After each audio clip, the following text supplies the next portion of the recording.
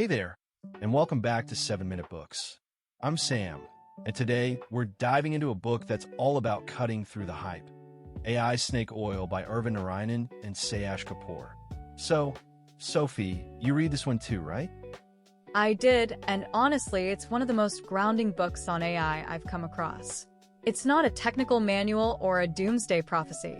It's a practical guide for anyone who wants to understand what AI can and can't do, so we can make smarter choices about it in our own lives.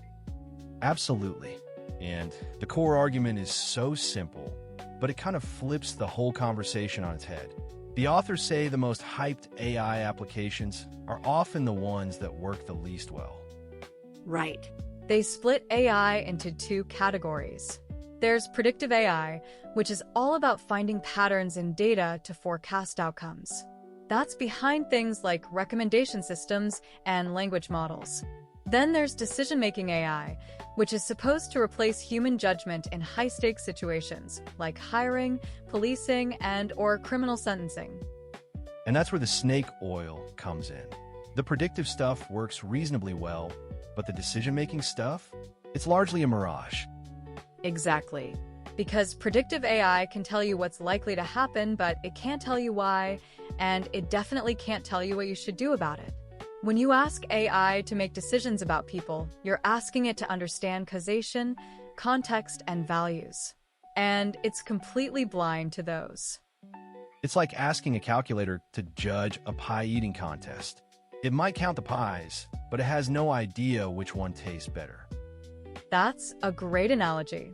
And the book is packed with real-world examples that show exactly why that fails. Take automated hiring systems, for instance. They're supposed to remove human bias, but they actually bake it in. Right, because if a company historically hired mostly men for engineering roles, the AI learns that maleness is a predictor of success. So it systematically downgrades female candidates.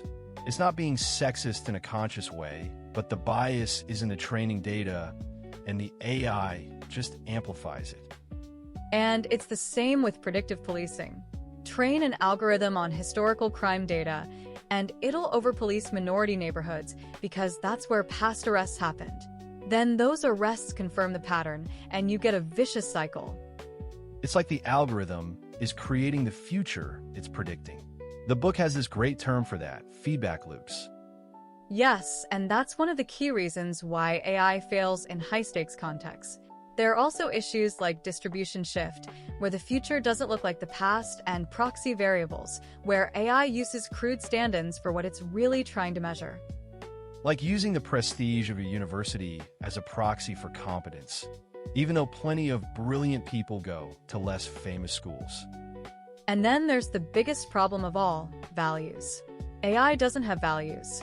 When it decides who gets hired or paroled or approved for a loan, it's making trade-offs between competing values, like efficiency versus equity.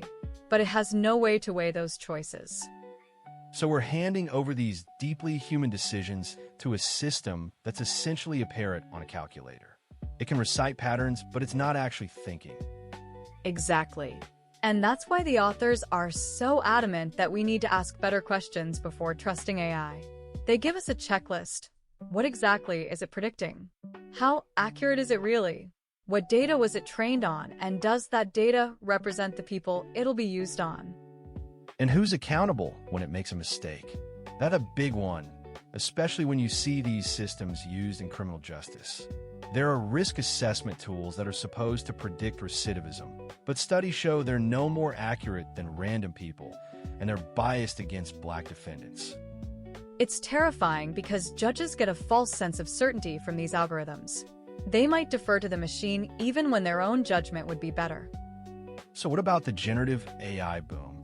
The book covers ChatGPT and those models too, right? It does, and the authors are cautiously optimistic. They're useful for brainstorming and drafting, but they have no real understanding. They're just generating text that's statistically similar to what they were trained on. They can argue for anything, regardless of whether it's true. So they're like a supercharged parrot. They can combine words in new ways, but there's no meaning behind it. Exactly. And that makes them great for some tasks and dangerous for others, like giving medical or legal advice. The key is to not anthropomorphize them. So what's the takeaway here? It's not AI is bad or AI is good. It's more like AI is a tool, and it can be used well or poorly. Yes, and the book is a call to action. We can't just blindly trust AI claims. We need to demand evidence, transparency, and accountability. And we need to remember that these are political decisions, not just technical ones. We have the power to shape how AI is used. And that's what I'm taking away from this book. We don't have to be helpless against the hype. We can ask the right questions and make informed choices. Absolutely. And if you want to dig into these ideas even more, the whole library is over at 7minutebooks.com/app with over 6,000 fiction and nonfiction titles you can read or listen to in any language. It's just $2.99 a month, $9.99 a year, or $19.99 for lifetime access. AI snake oil reminds us that the real danger isn't the technology itself, but the belief that it can solve problems that are fundamentally human. We'll see you in the next one.